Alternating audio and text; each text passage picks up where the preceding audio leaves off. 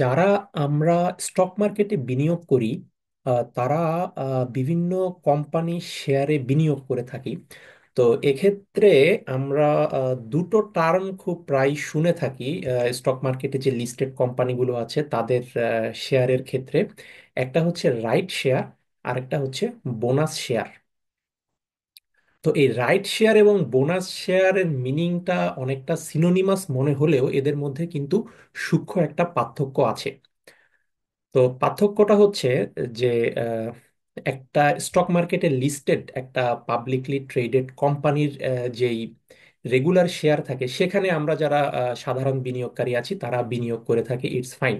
সেটা আমরা বিনিয়োগ করে একটা শেয়ার কিনে থাকি। তো সেগুলো হচ্ছে রেগুলার শেয়ার। আর রাইট শেয়ার যেটা, সেটা হচ্ছে আহ, ওই লিস্টেড কোম্পানি যখন তার এক্সিস্টিং শেয়ার হোল্ডারদেরকে একটা ডিসকাউন্টেড প্রাইসে ওই কোম্পানির শেয়ার অফার করে, তখন সেটা হয়ে যাচ্ছে রাইট শেয়ার।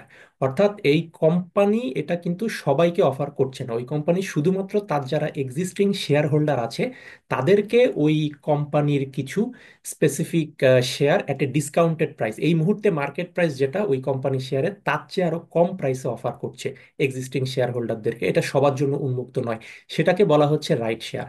আর বোনাস শেয়ার হচ্ছে একটা কোম্পানির যেই প্রফিট হয়েছে বা তার যদি কোনো সারপ্লাস ফান্ড থাকে, সেই প্রফিট থেকে ওই কোম্পানি যখন বোনাস একটা শেয়ার ইস্যু করে, তখন সেটা হচ্ছে বোনাস শেয়ার। অর্থাৎ একটা কোম্পানির অলরেডি কিছু প্রফিট আছে বা কিছু সারপ্লাস ফান্ড আছে, ওই ফান্ড থেকে সে যখন শেয়ার ইস্যু করছে তার শেয়ার হোল্ডারদেরকে, তখন সেটা হয়ে যাচ্ছে বোনাস শেয়ার।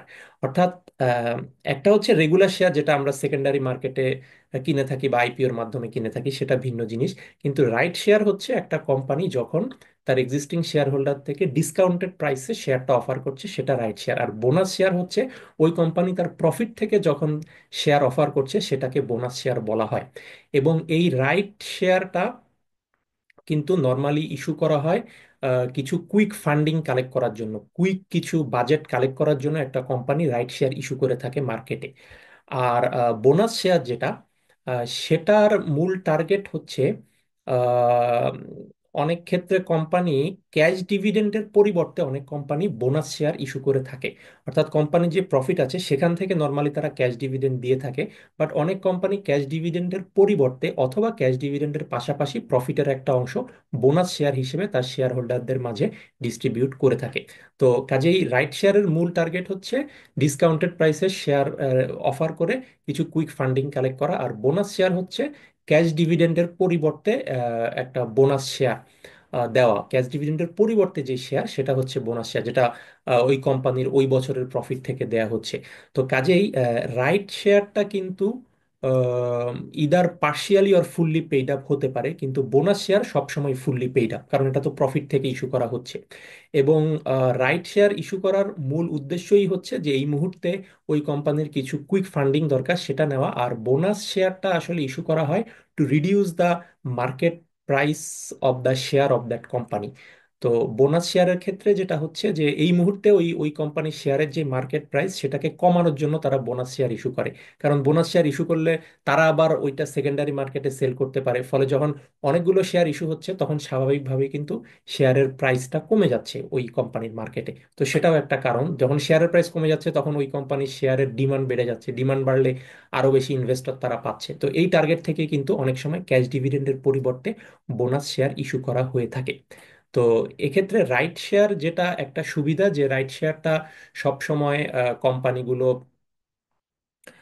যে কোনো সময় কিন্তু আহ, বাতিল করে দিতে পারে। যে কোনো কারণে অফার করেছে, তাদের এই মুহূর্তে ফান্ডিং প্রয়োজন নেই, বাতিল করতে পারে। কিন্তু বোনাস শেয়ার বাতিল করার সুযোগ নেই, কারণ সেটা তার প্রফিট থেকে দেয়া হচ্ছে। আর আরেকটা বিষয় হচ্ছে, রাইট শেয়ারের ক্ষেত্রে মিনিমাম সাবস্ক্রিপশনের একটা বিষয় থাকে, যে মিনিমাম ওই শেয়ার হোল্ডারকে মিনিমাম এতটা শেয়ার কিনতে হবে, এর কমে করা যাবে না। তো সেক্ষেত্রে শেয়ার হোল্ডার মিনিমাম ওই অ্যামাউন্ট কিনতেও পারে, আবার সেই অফারটা রিজেক্টও করতে পারে। কিন্তু বোনাস শেয়ারের ক্ষেত্রে মিনিমাম ম্যাক্সিমামের কিছু নেই, এটা শেয়ার হোল্ডারদেরকে তার কাইন্ড অফ ডিভিডেন্ড হিসেবে দেয়া হচ্ছে, as an alternative to cash dividend, সেই বোনাস শেয়ারটা দেয়া হচ্ছে। তো এই হচ্ছে রাইট শেয়ার আর বোনাস শেয়ারের পার্থক্য। দুটো কাছাকাছি টার্ম, কিন্তু সূক্ষ্ম কিছু পার্থক্য আছে। ধন্যবাদ সবাইকে।